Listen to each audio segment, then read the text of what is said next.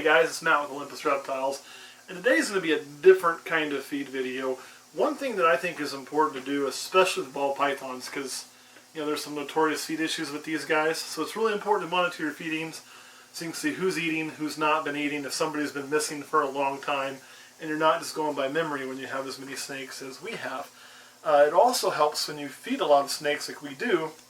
It's very important you never leave a live feed item in a snake tub and forget about it, because what can happen is that rat can then attack your snake. And I'll be honest, we never had that problem, and as we grew, had so many, there was an occasion where I found that we had done that just by a simple mistake. We just didn't notice. We left a rat in a tub with a snake. Fortunately for us, nothing bad happened, but that's pure luck. Bad things could easily happen. So Kurt and I talked after that and said, you know what?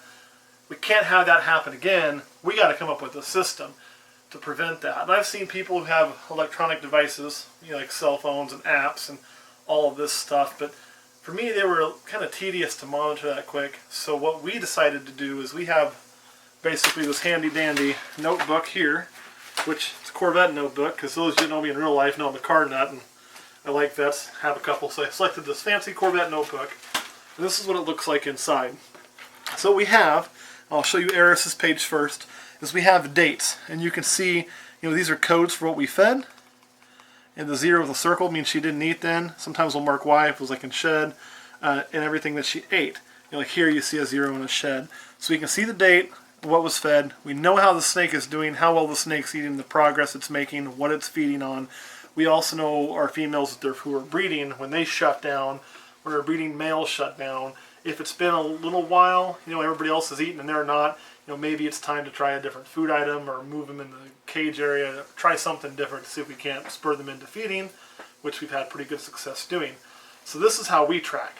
So since today's feed day, I'll show you exactly how we do this. We're going to feed Eris first. So the first thing, and I can't write upside down. Woo! There's going to be some fun editing. Probably not. Kurt will probably just laugh at me and leave it in there. He's smiling, which means he will. Now I got to find the page again. There we go. And so I can't write upside down, so I'll spin it around. And today is the 16th. So we'll start by writing the date. So we write 3/16/17. I mark nothing there. So when I look back at the page, I see a date with a blank. That means we haven't checked that tub. And we won't mark a code until we check the tub and it either ate, or we check the tub and we pull it out. So that way we go back to the book and we know we haven't missed anything. So now we've marked the book. We open this thing up. There she is in all of her glory. And Kurt, this is your favorite snake, am I right? She's one of my least favorite. What? Remember guys, Kurt hates champagne. I love champagne. This is a game. We've kind of stepped her up to pretty good sized small rats. It looks big, but it's no bigger than the biggest part of her girth.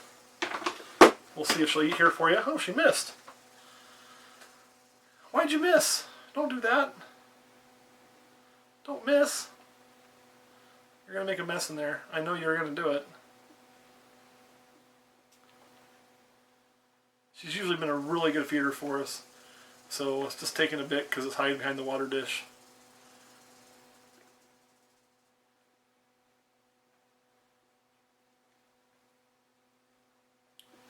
Donut, donut, donut, donut. She is having problems today. I don't know why we're... Here, go over there.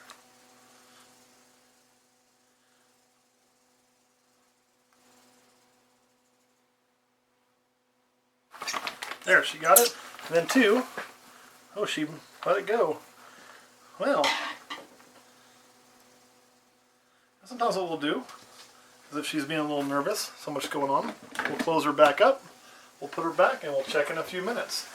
So now, we're going to leave that page blank and move on to the next snake, feeding.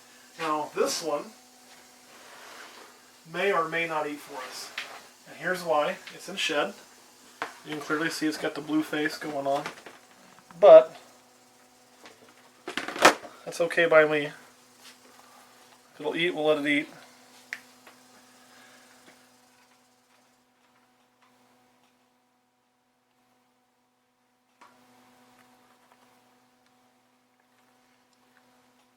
And this snake looks so good after it sheds. But if you guys know me, there's two things I probably end up with too much of in my collection. It's spider and lesser. I really like both those genetics. One could say I end up with too much axanthic, but you can never have too much axanthic.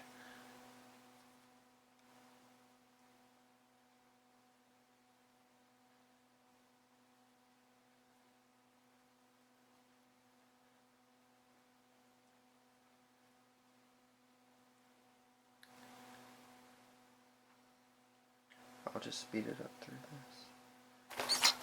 There we go. Okay. One thing I've also noticed with my ball pythons while we're at this is whenever they end up in the water like that, it's never a good thing. This is also a good time to do a little spot cleaning if you see something that needs spot cleaned. Like there's a little turd over there. We'll get out.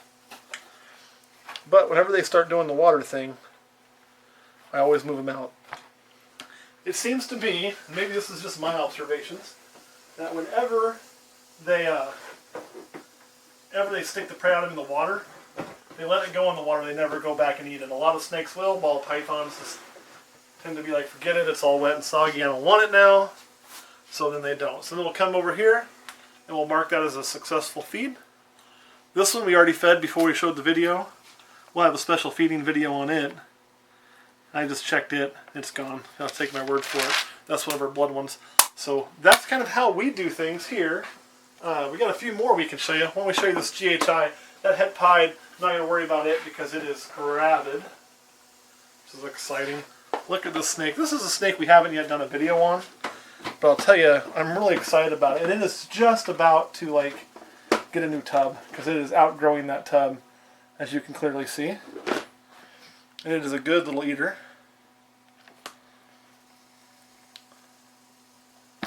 See, done and done.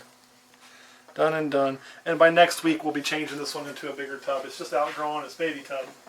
But we got it, it was 65 or 68 grams, or 75 grams, I'm not sure. So that's kind of why we do what we do. Any questions, Kurt? Yeah, like how long do you leave the rats in the tub? Like after you put it in there and it doesn't eat right away, how long do you wait until you pull the rat? We usually give it about 10 or 15 minutes, and during that time, we're in here.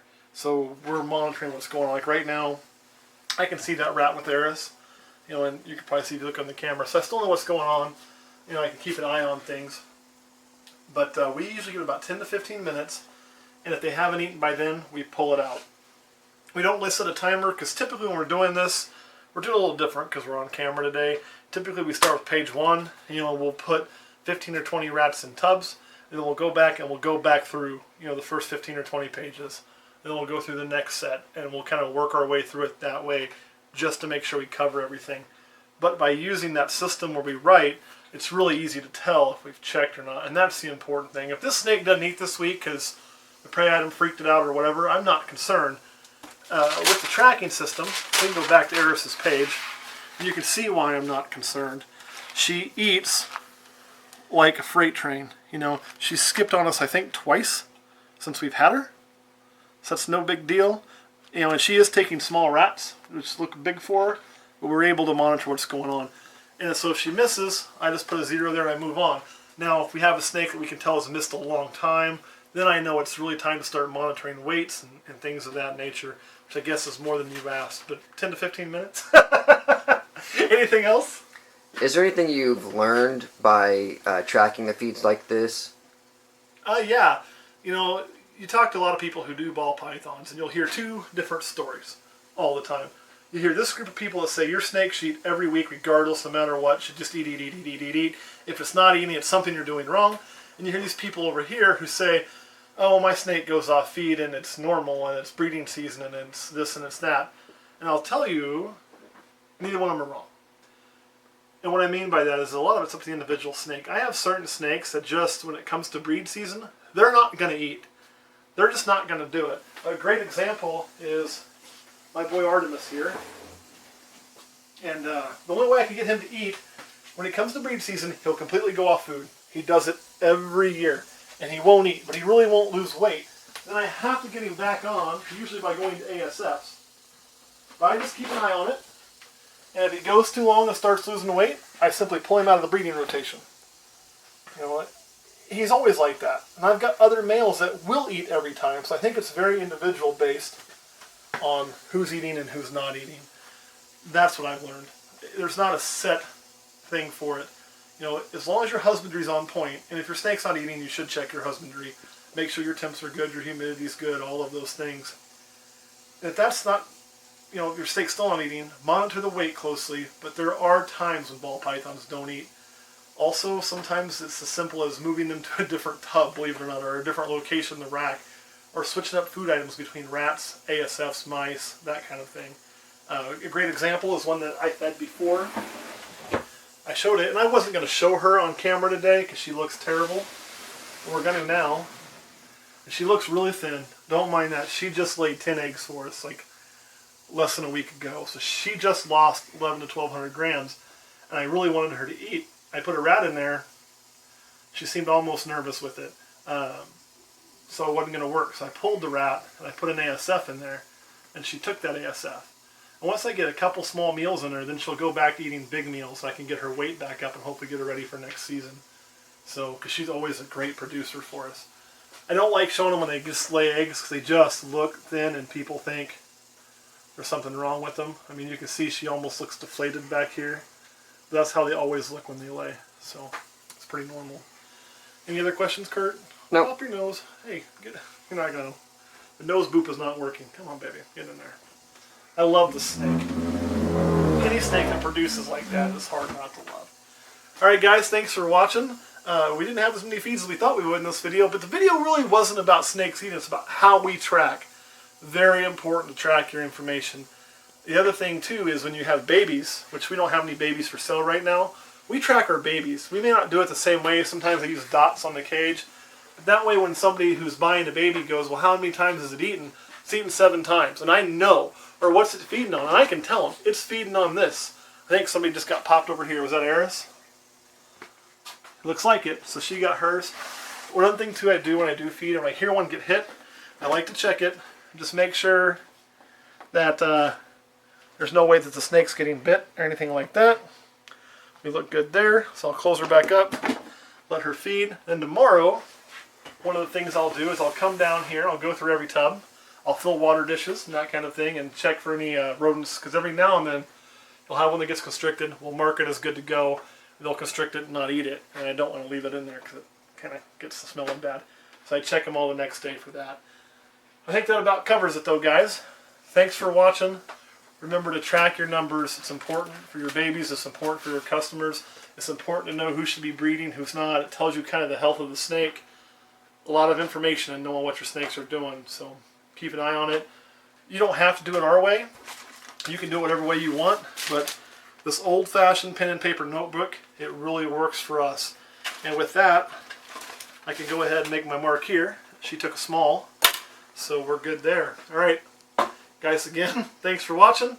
We'll see you next week. And before you go, if you haven't already clicked the subscribe button, please do. We're really still wanting to give away that t-shirt. We've got to get to 3,000 subscribers, so get us there. Let's give that away. We love you guys. Thanks a lot.